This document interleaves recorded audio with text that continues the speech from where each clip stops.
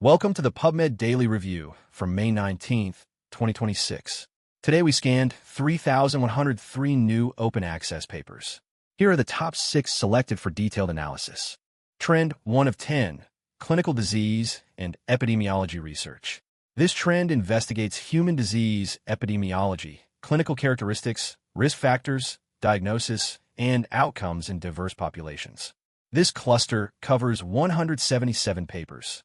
Representative work includes Vex's syndrome, a comprehensive clinico-pathologic and genetic analysis of a predominantly Indian cohort, prevalence of common respiratory viruses of infants with respiratory tract infections in European countries in the past decade, a systematic review and meta-analysis comparing between the pre-COVID-19, pandemic, and post-COVID-19 periods, and excessive sedentary behavior during hospitalizations among children and adolescents, a prospective observational study. Trend 2 of 10, Biological Systems and Genomic Analysis. These papers analyze biological systems through genomic and multiomics data to understand molecular mechanisms and responses.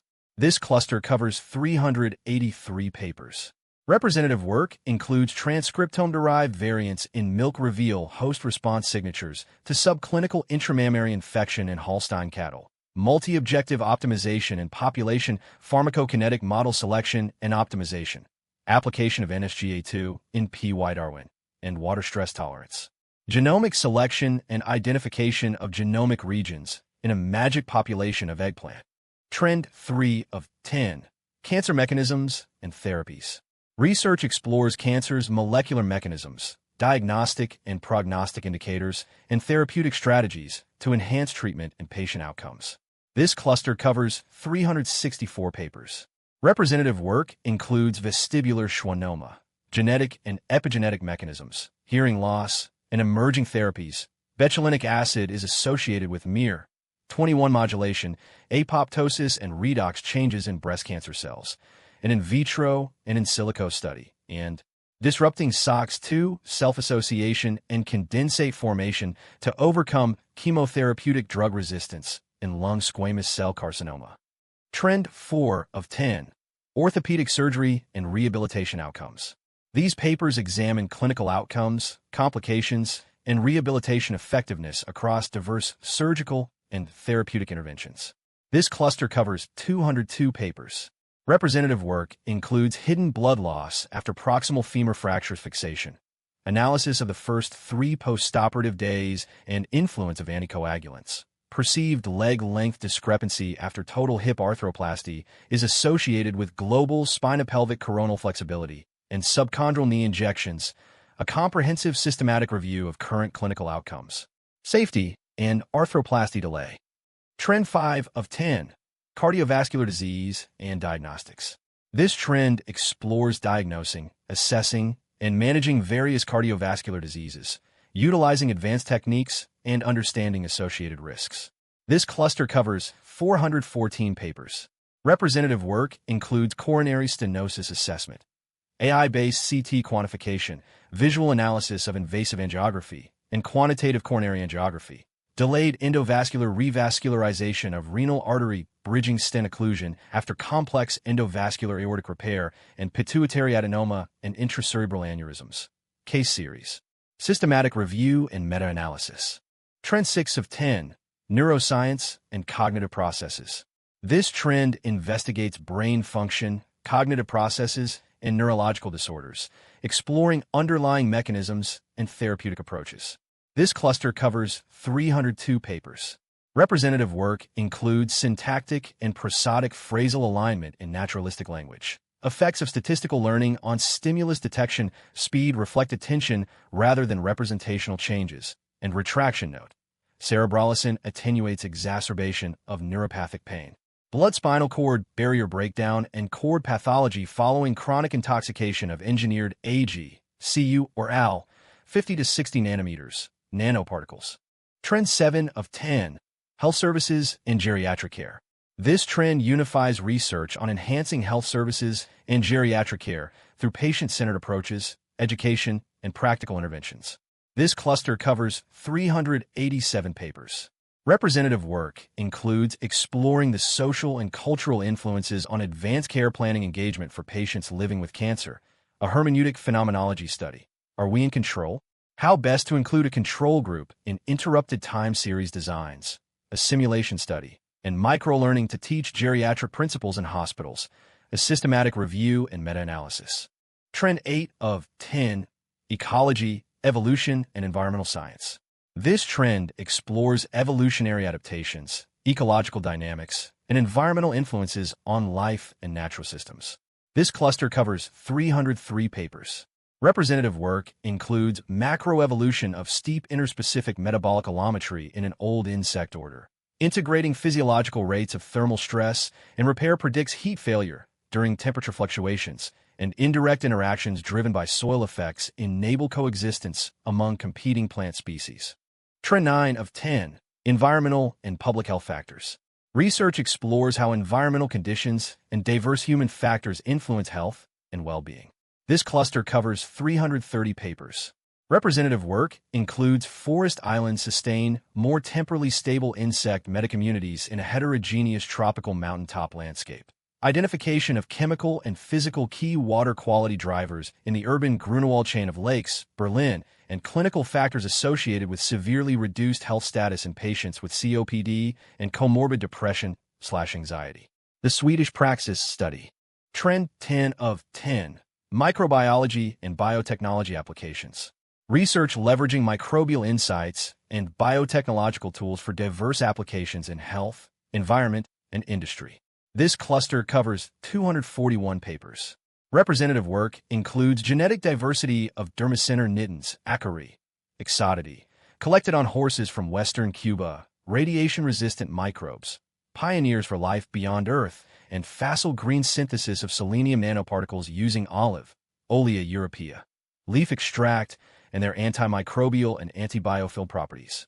Up next, our first paper out of 6, Bionic Wearable ECG with Multimodal Large Language Models. Coherent Temporal Modeling for Early Ischemia Warning and Reperfusion Risk Stratification by Song Tao and Dong Deng for National Health Commission Key Laboratory of Cardiovascular Regenerative Medicine, Central China Subcenter of National Center for Cardiovascular Diseases, Hunan Cardiovascular Disease Center, Fuwai Central China Cardiovascular Hospital, Central China Fuwai Hospital of Zhengzhou, University, Zhengzhou 450046, PR China.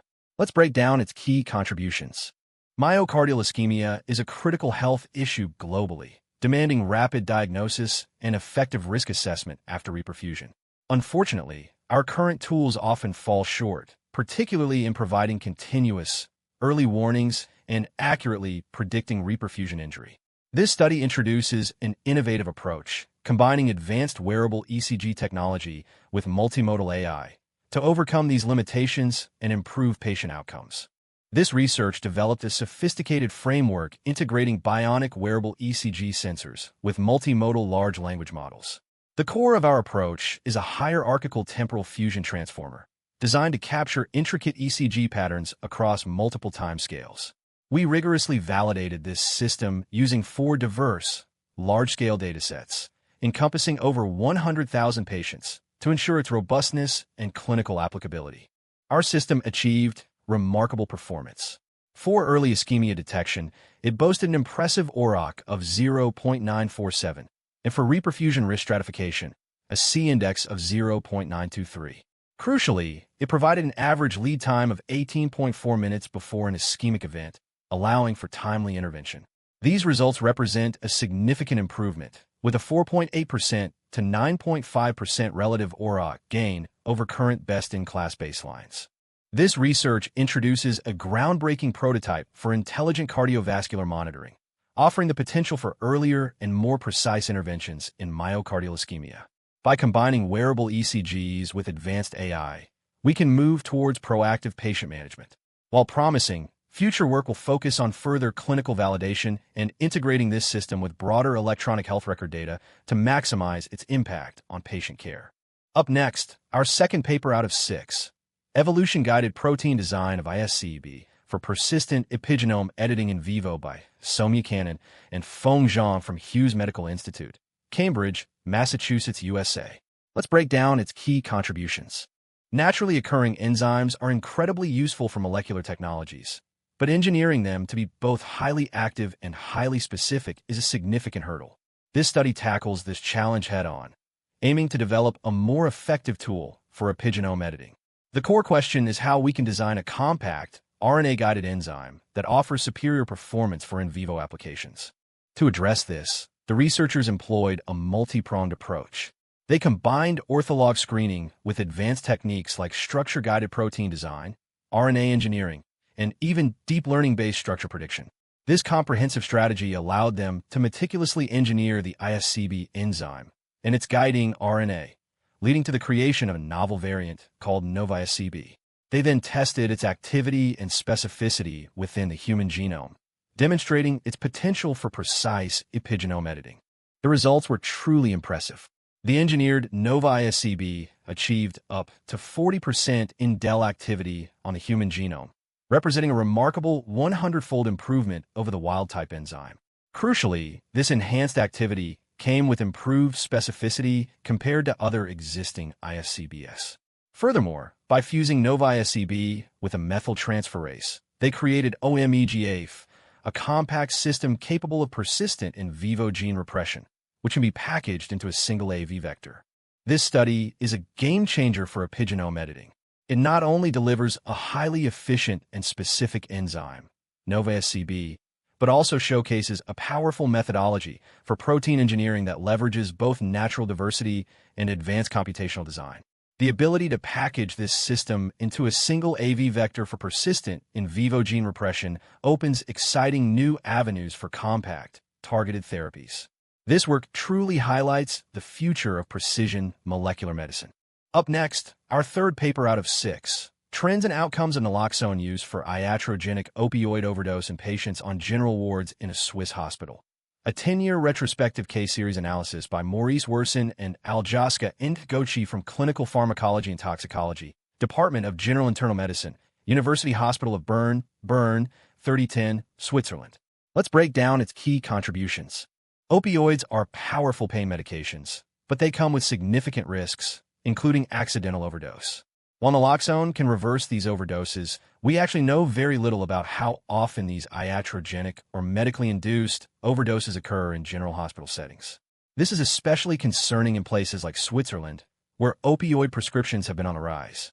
Understanding these events is crucial because they can lead to longer hospital stays and higher healthcare costs. To investigate this, researchers conducted a 10-year retrospective case series analysis at a large university hospital in Switzerland. They looked at adult inpatients who received naloxone after an opioid overdose between 2014 and 2023.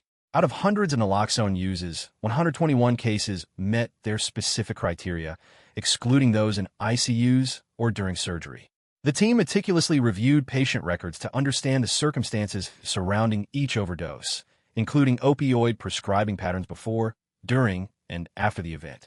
The findings revealed a yearly naloxone use incidence of 11.0 per 10,000 inpatients, indicating these events are relatively uncommon. However, a striking 67.8% of these overdoses were deemed potentially preventable, often linked to drug-drug interactions or inappropriate dosing. Patients typically received a median of 73 morphine milligram equivalents before needing naloxone. Interestingly, nearly 70% of patients were still prescribed opioids at discharge, though at lower doses. While 14% of patients died during hospitalization, these deaths were not directly attributed to the opioid overdoses themselves. This study, while retrospective and from a single center, provides crucial insights into iatrogenic opioid overdoses. The key takeaway is that while these events are not frequent, a substantial number are preventable. This underscores an urgent need for better management strategies. The findings strongly advocate for the implementation of robust opioid stewardship programs, not just in Switzerland, but potentially worldwide, to enhance patient safety and reduce preventable harm from opioid use in hospitals. This is a clear call to action for healthcare systems. Up next, our fourth paper out of 6. Generative machine learning unlocks the first proteome-wide image of human cells by Hwankingbo Sun and Emma Lundberg. Let's break down its key contributions. Understanding how proteins are organized within cells is crucial for nearly all biological processes. However, our current imaging tools can only visualize a handful of proteins at a time, leaving a vast majority of the cellular proteome unmapped. This limitation prevents us from fully grasping the complex spatial dynamics that govern cell function. To tackle this challenge, researchers developed Protecelli, a novel deep generative model. This AI was extensively trained on over 1 million images from the Human Protein Atlas. Its core function is to simulate detailed microscopy images for nearly 13,000 human proteins, using just 3 basic cellular landmark stains. This innovative approach aims to overcome the current experimental limitations in spatial proteomics. The results were truly impressive. Protecelli successfully generated images for 12,800 human proteins, trained on a massive dataset of 1.23 million images. This led to the creation of proteome-2cell, an unprecedented dataset of 30.7 million simulated images across 2,400 virtual cells. Crucially, the model outperformed existing methods in accuracy and fidelity, and even generalized to unseen cell types and drug perturbations. This groundbreaking work represents a major leap forward in spatial proteomics. Protecelli not only overcomes the scalability limitations of traditional imaging, but also provides a powerful tool for predicting complex cellular behaviors. It paves the way for a new era of virtual cell modeling, allowing us to simulate and understand entire cellular systems. This technology promises to revolutionize how we study and interact with the human proteome. Up next, our 5th paper out of 6, Atlas of Predicted Protein Complex Structures Across Kingdoms by Xianji Qi and Desheng Ma from Lab, Hangzhou, China. Let's break down its key contributions. Protein complexes are the fundamental machinery of life, driving countless biological processes. However, despite vast data on protein interactions, understanding their 3D structures across different species has been a huge challenge. This paper tackles that gap, aiming to build a comprehensive structural map of these crucial molecular machines. The researchers leveraged the powerful AlphaFold 2-based CollabFold framework to predict protein complex structures across an incredibly diverse range of organisms, from bacteria to humans and even human-virus interactions. They then used structural clustering and experimental validation, like co-immunoprecipitation, to identify high-confidence structures and uncover evolutionary patterns. The scale of the findings is truly impressive. The team predicted 1.1 million protein-protein interaction structures, identifying over 181,000 high-confidence complexes, including nearly 38,000 in the human interactome. These predictions revealed numerous conserved, complex architectures shared across different kingdoms and even identified candidate viral receptors, showcasing the atlas's power. This groundbreaking atlas represents one of the most extensive cross-kingdom resources for protein complex structures to date. It not only provides fundamental insights into evolutionary conservation and mechanisms, but also offers practical utility, such as enhancing binding surface predictions.